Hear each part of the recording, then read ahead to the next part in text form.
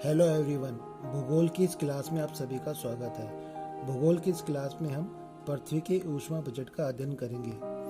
जैसा कि आप सभी को पता है, पृथ्वी पर औसत तापमान सदैव लगभग एक सा बना रहता है, क्योंकि पृथ्वी पर जितनी ऊष्मा सूर्य तप से प्राप्त होती है, उतनी ही ऊष्मा पार्थिव विकिरण द्वारा पुनः अंतरिक्ष में चली जाती है। इस प्रकार धरातल पर ताप का संतुलन बना रहता है।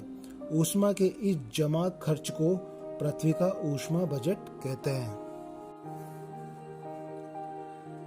जैसा कि आप सभी को मालूम है, पृथ्वी की ऊष्मा का मुख्य स्रोत सूर्य ही है। सूर्य से आने वाली प्रकाश की किरणें लघु तरंगों के रूप में हमारे वायुमंडल में प्रवेश करती है। इन किरणों को हम 100 इकाई के बराबर मान लें तो हमारा ऊष्मा बजट निम्न प्रकार से रहेगा। सूर्य से जितनी ऊर्जा विकीर्ण होती है, उसका कुछ भाग ही पृथ्वी को प्राप्त हो पाता है, क्योंकि वायुमंडल द्वारा प्रकीर्णन, परावर्तन तथा अवशोषण के कारण कुछ भाग शून्य में लौटा दिया जाता है तथा कुछ भाग वायुमंडल में बिखेर दिया जाता है।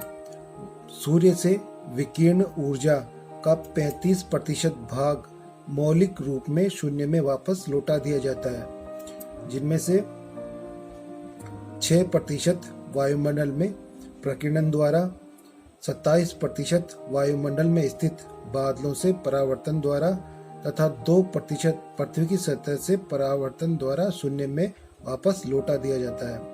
अतः सौरिक ऊर्जा के इस 35% भाग का वायुमंडल तथा पृथ्वी को गर्म करने में कोई हाथ नहीं रहता है। शेष 65% भाग से वायुमंडल द्वारा जलवाष्प, बादल, धूलिकणों तथा स्थायी गैसों द्वारा 14% भाग का अवशोषण कर लिया जाता है। इस तरह केवल 51% ऊर्जा ही पृथ्वी को प्राप्त हो पाती है। सूर्य से प्राप्त यही 51% ऊर्जा ही पृथ्वी की वास्तविक बजट है। पृथ्वी के द्वारा प्राप्त सौरिक ऊर्जा का 51% भाग किसी न किसी रूप में शून्य में तथा वायुमंडल में वापस लौटा देना होगा, ताकि पृथ्वी का औसत वार्षिक तापमान सामान्य रहे। 23% भाग का धरातल से दीर्घ तरंगों के रूप में विकिरण हो जाता है।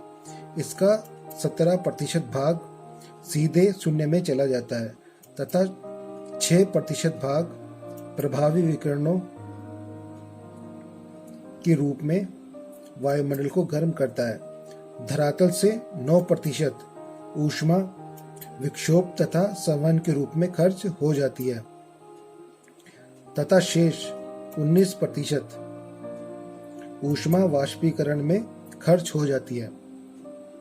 इस प्रकार धरातल से 51% ऊष्मा वापस विकीर्ण हो जाती है, जिस कारण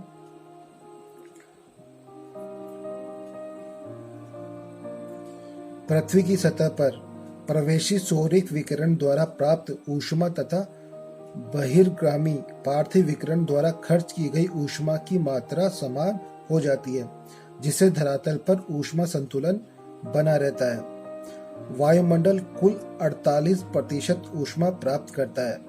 14% प्रवेशी सौरिक विकिरण से, 6% प्रभावी विकिरण से, 9% विक्षोभ तथा संवहन एवं 19% संघनन की गुप्त ऊष्मा से वायुमंडल अपनी इस 48% ऊर्जा को शून्य में विकीर्ण कर देता है।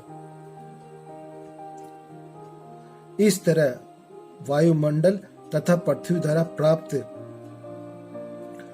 ऊष्मा को शून्य में वापस लौटा दिया जाता है।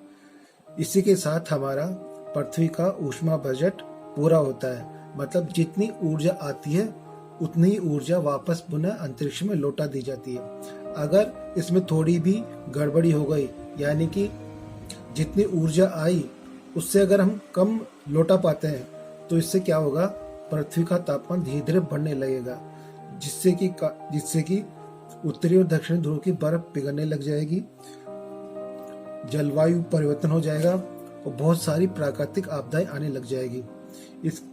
और पृथ्वी गर्म हो जाएगी, पृथ्वी का तापमान बढ़ जाएगा। इसके विपरीत यदि जितनी ऊष्मा आ रही है उससे अधिक अगर लौटा देती है, तो इससे क्या होगा, तापमान कम हो जाएगा, पृथ्वी पर शीतयुग प्रारंभ हो जाएगा, जिसके कारण बहुत सारी प्राकृतिक समस्याएं खड़ी हो जाएगी। तो इनका संतुलन ही पृथ्वी का ऊष्मा बजट कहलाता है। तो आई होप आपको ये वीडियो पसंद आया होगा। तो एक बार मैं पुनः आपको एनिमेशन के द्वारा पूरा का पूरा डायरेक्ट समझाने का प्रयास करूंगा। आप देखिए और समझिए। धन्यवाद।